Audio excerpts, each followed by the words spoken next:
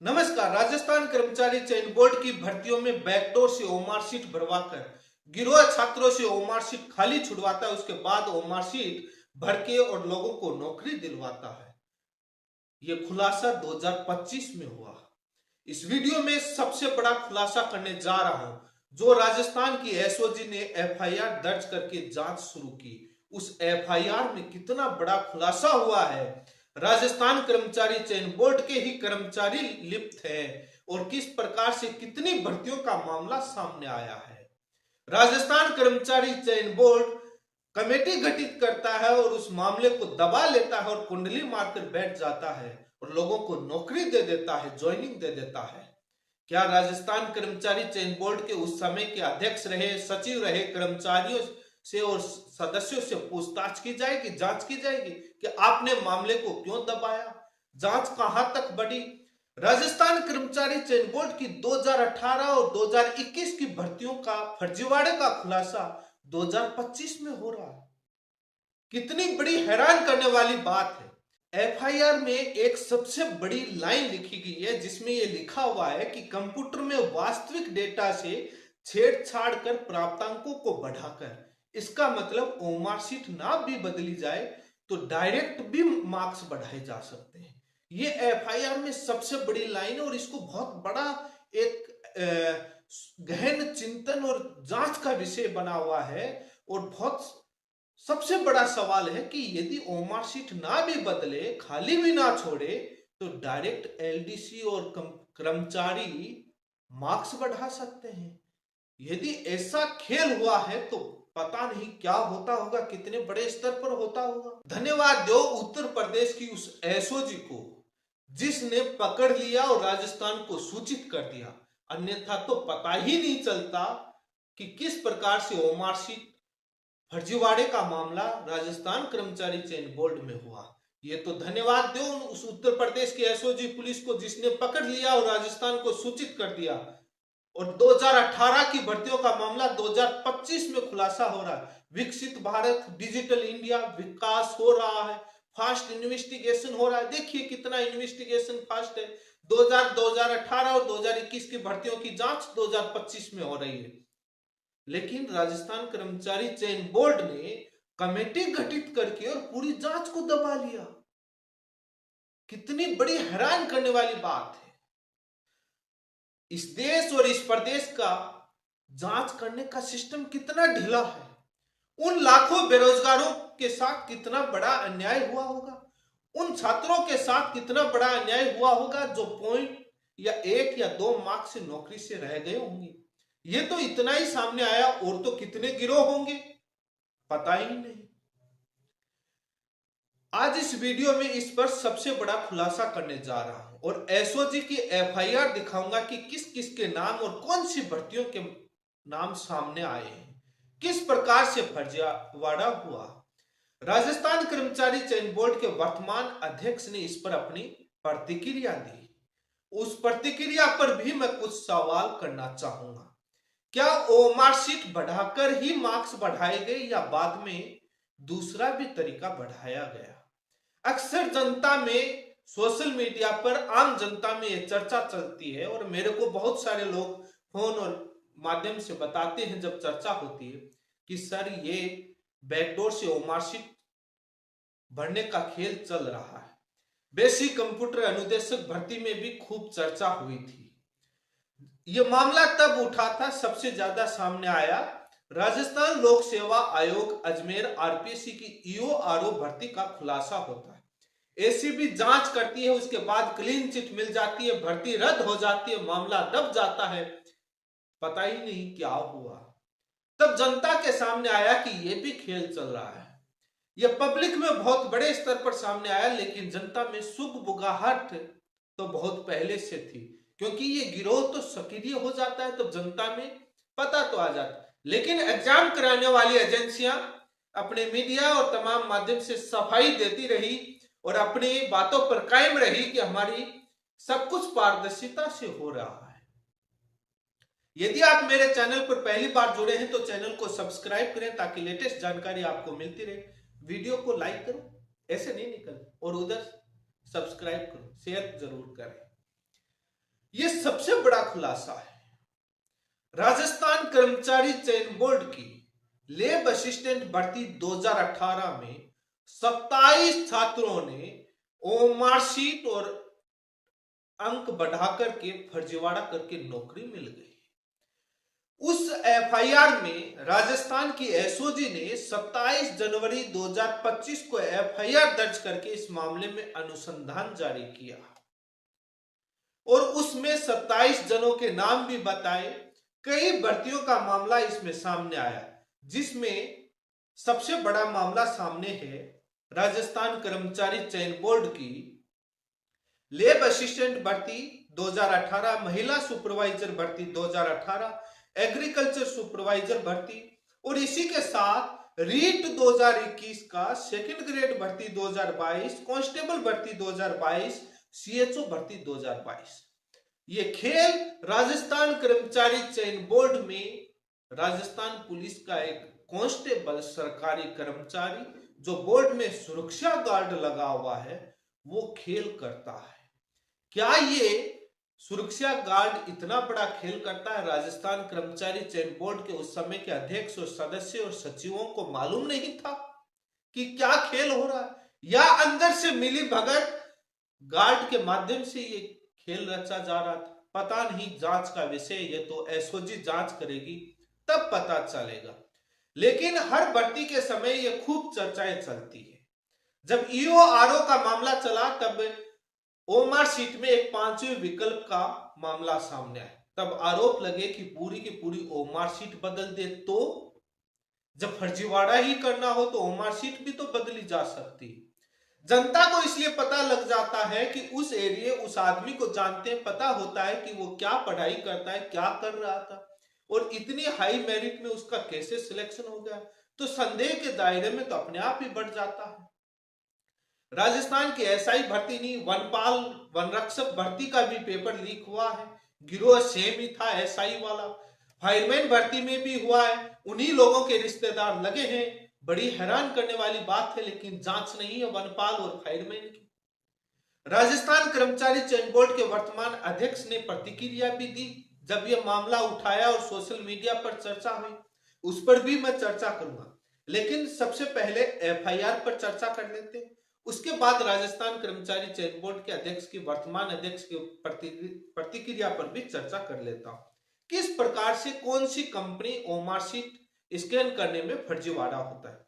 राजस्थान कर्मचारी चयन बोर्ड में सुरक्षा गार्ड लगता है जो राजस्थान पुलिस का बैच नंबर 9727 अनिल चौधरी करके, वो ओमार सीट स्कैनिंग के करने वाली एक private company Raghav limited company कर्मचारियों से मिली भगत करके ओमार सीट खाली छुड़वा करके छात्रों से और नौकरी दिलवाता है। महिला सुपरवाइजर भर्ती 2018, एग्रीकल्चर सुपरवाइजर भर्ती और लैब असिस्टेंट भर्ती 2018 में ओमार सीट का ये आपकी एफआईआर आपके स्क्रीन पर चल रही है, आप स्वयं पढ़ते जाइएगा। ये अनिल चौधरी अपनी पत्नी मीरा को 292 में से 270 नंबर दिलवाता है और अपनी साली मीना को और मित्र की पत्नी वीरू को 225 नंबर दिलाता है 292, मित्र कृष्ण कुमार को 280 292 में, सुरेंद्र चौधरी को 270 में से 292, ये मित्र है उसके लोकेश चौधरी, और ऐसे करके कई लोगों को ये नौकरी दिलाता है और मेरिट में आते हैं और स्थान पा लेते हैं। कुछ समय बाद राघव लिमिटेड कंपनी के कर्मचारी लखनऊ यूपी में खाली ओमार सीट के बदले में 62 लाख रुपए लेते हुए उत्तर प्रदेश की एसओजी उनको गिरफ्तार करती है। तब जांच करती है तब उनके मोबाइल में व्हाट्सएप चैटिंग पाई जाती है, व्हाट्सएप चैटिंग पाई जाती है और मैसेज पाए जाते हैं जिसमें खुलासा होता है, जिसमें कर्मचारियों के उसमें सारा रिकॉर्ड मिलता है। और बोर्ड अध्यक्ष उस समय के राजस्थान कर्मचारी चयन बोर्ड के उस समय के अध्यक्ष बीएल जाटावत ने अनदेखा करके उन छात्रों को भर्ती को कंप्लीट कर देते हैं, ज्वाइनिंग दे देते हैं। क्या इनसे जांच और पूछताछ की जाएगी और गिरफ्तार किया जाएगा? जेईएन भर्ती 2021 में फर्जीवाड़ा करके ऐसे ही कई लोगों को मेरिट में दिलाया जाता है। कृष्ण कुमार चौधरी जेईएन पीडब्ल्यूडी जो 2021 की भर्ती में प्रथम स्थान प्राप्त कर लेता है और यही कृष्ण कुमार आपका पहले की भर्तियों में 292 में से 280 नंबर प्राप्त करता है लेब असिस्टेंट में। रीट 2021, सेकंड ग्रेड भर्ती 2022, कांस्टेबल भर्ती 2022, सीएचओ भर्ती 2022 में भी इस प्रकार के फर्जीवाड़ा करके कई लोगों को नौकरियां दिलवाई हैं। एसओजी ने इसमें जांच शुरू की तो यूपी की एफआईआर और बोर्ड से कुछ दस्तावेज लिए, उसके बाद जांच करी उस कंपनी के जो साजिश करके किस पर बोर्ड ने उस कंपनी को संविदा पर कुछ समय के लिए ठेका दिया था ओमारशीट जांचने के लिए। कंपनी के 2 कर्मचारी बोर्ड में आना जाना रहता है, तमाम सरकारी कार्यालय, क्योंकि ओमारशीट का स्कैन है, वो बोर्ड के मिली भगत करके ये खेल करते हैं। जब ये मामला उत्तर प्रदेश की एसओजी से जब राजस्थान कर्मचारी चयन बोर्ड, उस समय अखबारों में भी खूब छपा था और उसके बाद दबा लिया था।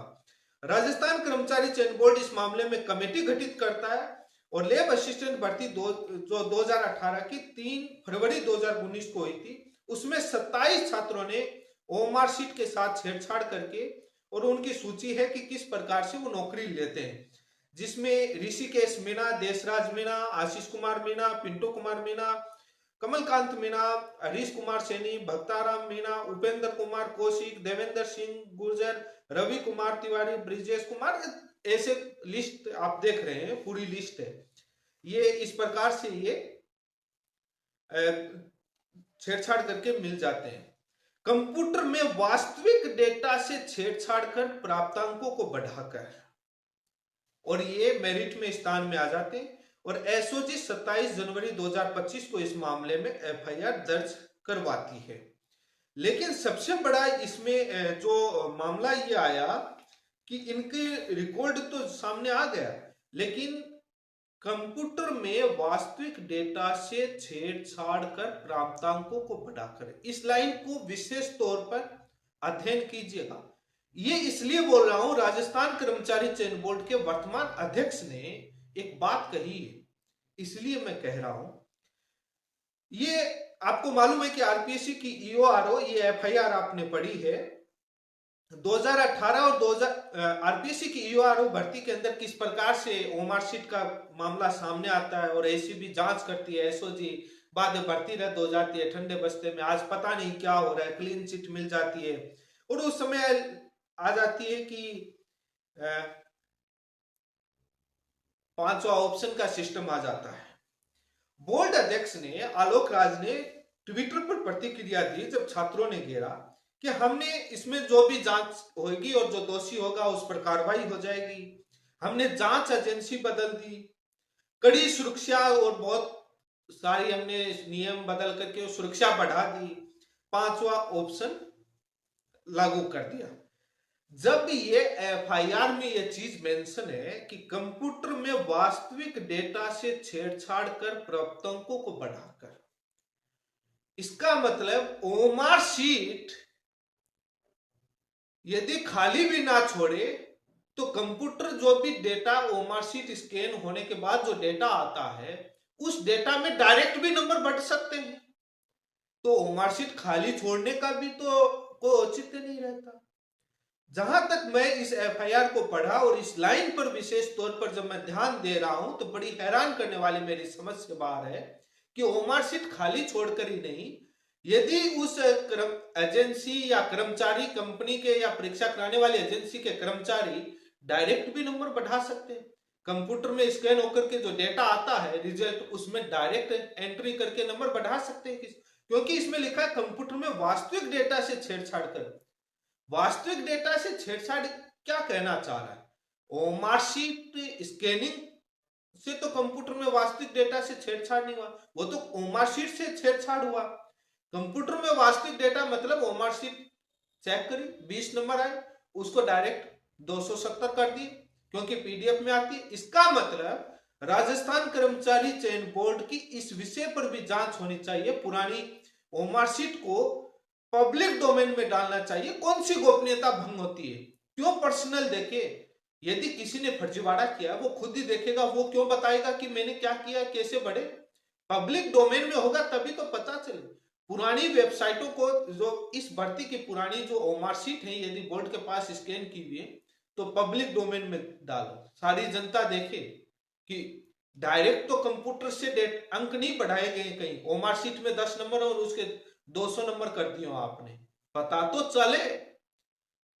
क्योंकि जब आम जनता में सबसे बड़ी चर्चा हो रही थी कि राजस्थान कर्मचारी चयन बोर्ड में भी ये खेल होता है, और ये पहले भी हुआ है, अब वर्तमान का पता नहीं, लेकिन 2021 तक की भर्तियों के आरोप लगे हैं राजस्थान कर्मचारी चयन बोर्ड। जेईएन भर्ती 2021, लेब असिस्टेंट भर्ती 2000। राजस्थान कर्मचारी चयन बोर्ड के अध्यक्ष से मेरा निवेदन है कि जो उस समय बोर्ड ने जो कमेटी गठित की थी उसकी जो रिपोर्ट आई, उस रिपोर्ट को वेबसाइट पर डालें।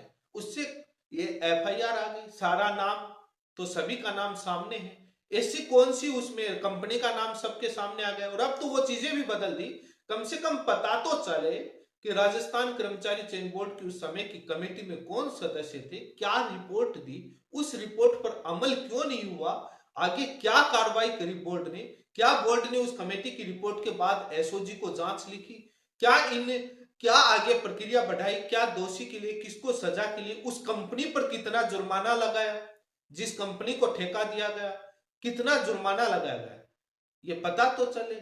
और उस कर्मचारी जो सुरक्षा गार्ड था उस पर कितना जुर्माना लगाया, या बाद में ठंडे बस्ते में और पर्दा डालकर कुंडली मारकर बैठ गए थे।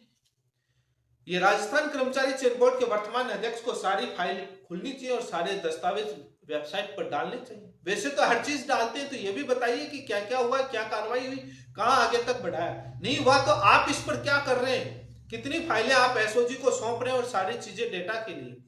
क्योंकि रीट जब मुख्य परीक्षा चल रही थी तो मैं ऐसे घूम रहा था, तो कई जगह जब मुझे कुछ लोग मिले थे, उन्होंने मुझे बताया कि सर राजस्थान कर्मचारी चयन बोर्ड के एलडीसी या कुछ ऐसे कर्मचारी हैं जो उस बोर्ड के आसपास घूमते हैं और वो कहते हैं कि हमारी मिली भगत है अंदर, हम आपके डायरेक्ट मार्क्स बढ़ा देंगे, ओमार शीट खाली छोड़ने की जरूरत नहीं, हम नौकरी दिलवा देंगे। अब इसमें कितनी सच्चाई है मैं इसकी पुष्टि नहीं करता, क्योंकि अफवाहें भी बहुत चलती हैं जनता के बीच, तरह तरह की बातें सुनने को मिलती हैं। अब क्या सच्चाई है क्या नहीं है, लेकिन मैं इस पर कोई पुष्टि नहीं करता। लेकिन ये बातें बहुत बार जब पेपर लीक की घटनाएं चलती हैं तो सुनने को मिलती हैं। मैं भी बड़ा हैरान था कि ये भी हो रहा है, क्योंकि सबसे बड़ा विषय है कि राजस्थान कर्मचारी चयन बोर्ड की आलोक राज के आने से पहले जितने भी जो भर्तियां हुई उन सब की जांच होनी चाहिए। ओमार शीट सब पब्लिक डोमेन में डालो कि हर आदमी देख सके। पर्सनल क्या देखेगा, कौन बताएगा जो फर्जी लगा है। हमने ट्रांसपेरेंसी के लिए ओमार शीट वेबसाइट पर मिल जाएगी, उसमें खुद का नाम, डीओपी और सारा पर्सनल डालेगा। क्या पब्लिक डोमेन में रहा है, पब्लिक डोमेन में वो है कि कोई भी एक्सेस कर सकता है, वो करिए। क्या जा रहा है, कौन सी उसमें प्राइवेसी भंग हो रही है, जनता को पता तो चले। जनता रातों रात छानबीन कर लेगी, जो सिलेक्शन लिस्ट में रोल नंबर है उनके कितने मार्क्स आए, और अपने अपने एरिया के छानबीन कर लेंगे कि वो कितने पढ़ने में महारथी थे, कितने एक्सपर्ट थे, कितनी सालों साल तैयारी की और वो कितने मेरिट में रैंक में प्राप्त किया।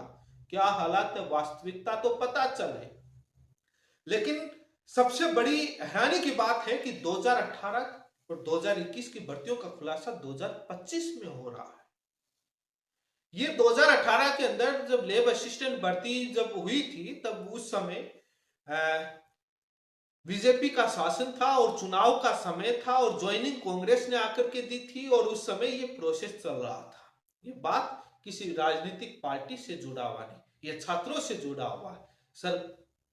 सरकार मंत्रियों को तो कई बार मालूम ही नहीं होता है, अधिकारी और कर्मचारी खेला कर जाते, सरकार को पता ही नहीं चलता।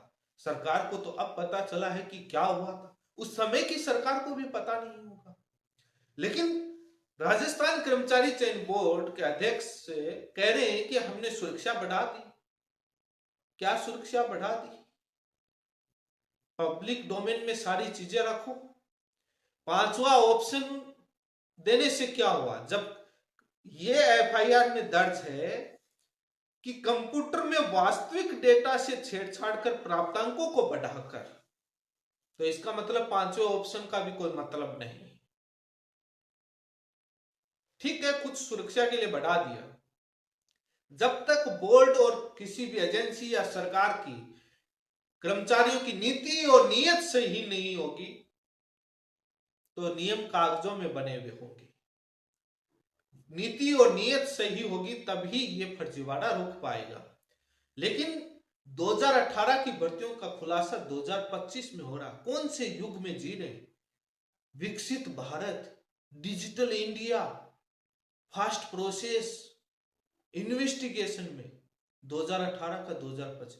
भला हो उस राजस्थान के एसओजी को कहो जिन्होंने अभी इसमें अनुसंधान, लेकिन सवाल यह है कि उस समय राजस्थान पुलिस एसओजी को यदि मालूम चल गया और डेटा को, तो इतना साल एफआईआर दर्ज करने में क्यों लगाया? ये भी तो सवाल उठता है। ये तो एक गिरोह राजस्थान कर्मचारी चयन बोर्ड में लगे सुरक्षा गार्ड का मामला सामने आया है। और भी तो कई गिरोह होंगे जो ओमारशीट का, जरूर बहुत सारे गिरोह हैं इस मामले में। ओमारशीट बनवाने मामले में जो एसआई और तमाम पेपर लीक वाले ही गिरोह ये भी काम करते थे। ओमारशीट खाली छुड़वाने वाला भी, ये जांच कई बार मीडिया में उन भर्तियों के पेपर लीक के मामले है, जांच करेंगे तो इनका भी तार खुल जाएगा। इसी के साथ धन्यवाद। वीडियो को लाइक जरूर करें, शेयर जरूर करें।